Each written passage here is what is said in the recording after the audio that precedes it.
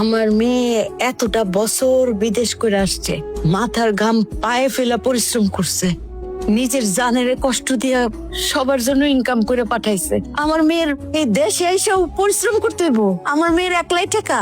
আমার মেয়ে কি এতদিন তোমাদেরকে খাওয়াই নাই, পড়াই নাই?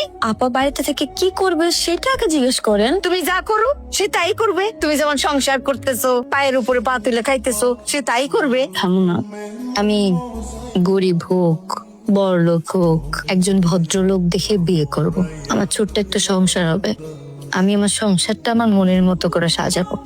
তুমি যেরকম সুন্দরভাবে সংসার করতে পারতেছো সবাইকে নিয়ে, আমারও তো ইচ্ছা হয় আমার একটা এরকম সংসার হোক। সংসার করবো আর কি করব, সেটা সম্ভব না। কেন সম্ভব না?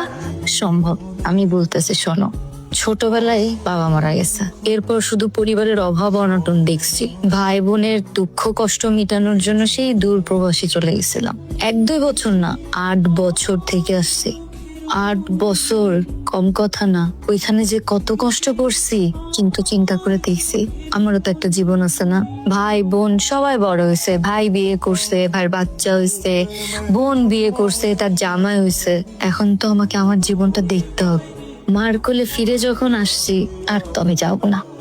সবারই জীবন আছে মা, কিন্তু সবাই ভাবে যে হয়তোবা তোরই জীবন নাই। থাক না এখন। আরে ভাবি, তুমি এসব কথা এখন না বললেও পারতে।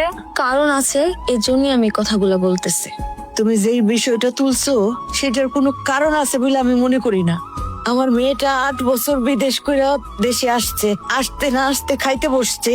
কই তুমি তারে আদর যত্ন করে খাইতে দিবা? তা না, তুমি তারে মনে আঘাত দিয়ে কথা বলছো। বোন, তোমার এই যে কড়া কড়া কথা, এগুলোর কারণ কি আমার একটু বলবা?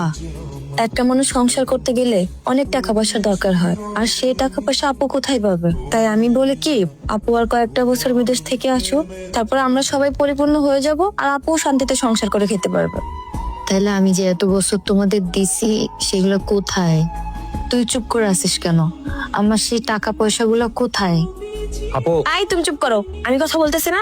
বৌমা, তুমি মনে ভুলে যাইতেছো যে তুমি কার সামনে বসে কথা বলতেছো। আমার মেয়ের কি আছে না আছে সেটা আমি খুব ভালো করে জানি। আমার মেয়ে তো তোমাদের টাকায় সংসার করবে না। নিজের কি টাকা পয়সা নাই? তোমার স্বামীর কাছে কত কত টাকা দিছে সেটা তোমার স্বামীরে জিজ্ঞাসা করো, উত্তর পাওয়া যাবে। যা দিছে সেটার হিসাব শুধু আপনি রাখছেন, কিন্তু সংসারে যেটা খরচ হয়েছে সেটার হিসাব তো আপনি রাখেন নাই। আমার কাছে খরচের হিসাবও আছে, দেওয়ার হিসাবও আছে। খরচ খরচ তো তোমাদের উপরে সব। এই যে তোমরা সবাই খাইছো, আর আমি এই বুড়ি এক বেলা খাইছি, ওই এক বেলার খাওয়ানোর খরচ আমি লেখা রাখছি। তোমাদের কি কি খরচ হয়েছে তোমরা কি সেটার খরচ লেখা রাখছো? দিতে পারবা? হামু না, ভাল লাগতেছে না আর। একটু শান্তির খোঁজে আসছিলাম দেশে, এত বছর পর এসে যে এরকম অশান্তি প্রথম দিনই পাবো এটা তো চিন্তাই করিনি।